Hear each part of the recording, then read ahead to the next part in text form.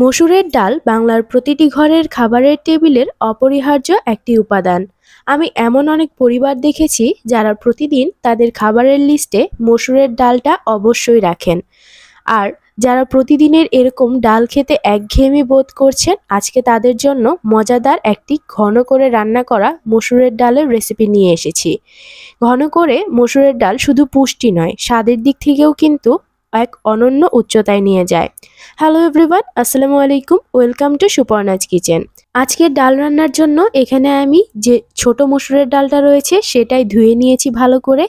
এবার এতে কিছু মশলা দিয়ে দিচ্ছি হাফ চা চামচের একটু বেশি লবণ, সামান্য একটু দিয়ে দিচ্ছি হলুদ গুঁড়ো, আর দিয়ে দিচ্ছি সামান্য একটু গরম মশলার গুঁড়ো। এটাই সেই স্পেশাল মশলা যার কারণে আজকের ডালটার টেস্ট কিন্তু অন্য পর্যায়ে নিয়ে যাবে। সামান্য একটু দিয়ে দিয়েছি আদা রসুন বাটা। এবার ডালটাকে সেদ্ধ করে নিয়েছি। এবার একটা ডাল ঘুটনির সাহায্যে ডালগুলো মিক্স করে নিচ্ছি। আর এই ডালে যে স্পেশাল গরম মশলার গুঁড়োটা দিয়েছি সেটার একটা ভিডিও আছে আমার চ্যানেলে, যার লিঙ্কটা আমি কমেন্ট বক্সে দিয়ে দিব। সেটা দেখতেও যদি আপনাদের আলসেমি মনে হয় তাহলে আমি কি মশলা দিয়ে সেটা তৈরি করেছি তা আমি কমেন্ট বক্সে লিখে দিব।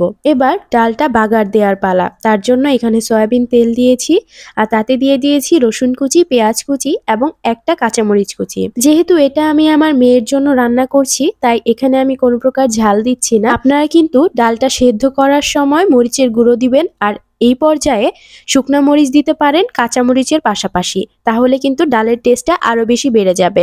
এবার এগুলোকে কিছুক্ষণ ভেজে নিয়ে দিয়ে দিচ্ছি সামান্য একটু জিরাটা ভাজতে কিন্তু বেশি একটা টাইম লাগে না, আর পেঁয়াজ রসুন ভাজতে টাইম লাগবে, তাই জিরাটা লাস্টে দিয়ে দিয়েছি।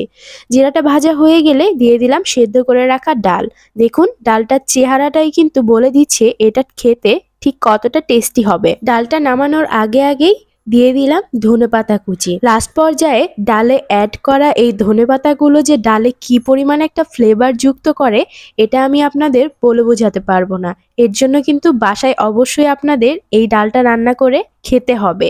ডালটা নামানোর আগে কিন্তু আমি সেই স্পেশাল গরম মশলার গুঁড়োটাও দিয়ে দিয়েছি, যার রেসিপিটা আমি কমেন্ট বক্সে দিয়ে দিব। কি মশলা দিয়েছি সেটাও দিয়ে দিব, আপনারা কিন্তু দেখে নিতে পারেন।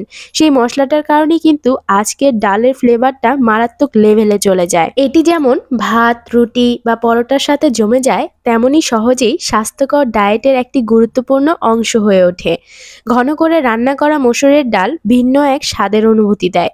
পেঁয়াজ ভাজা ও রসুনের মিশ্রিত সুগন্ধি যখন ধোয়া ওঠা ডালে মেশে তখন এটি হয়ে ওঠে আরো লোভনীয়। সাথে ধনেপাতা ও লেবুর রস মিশিয়ে পরিবেশন করলে তো এর মজাদার উপস্থাপনাও বেড়ে যায়।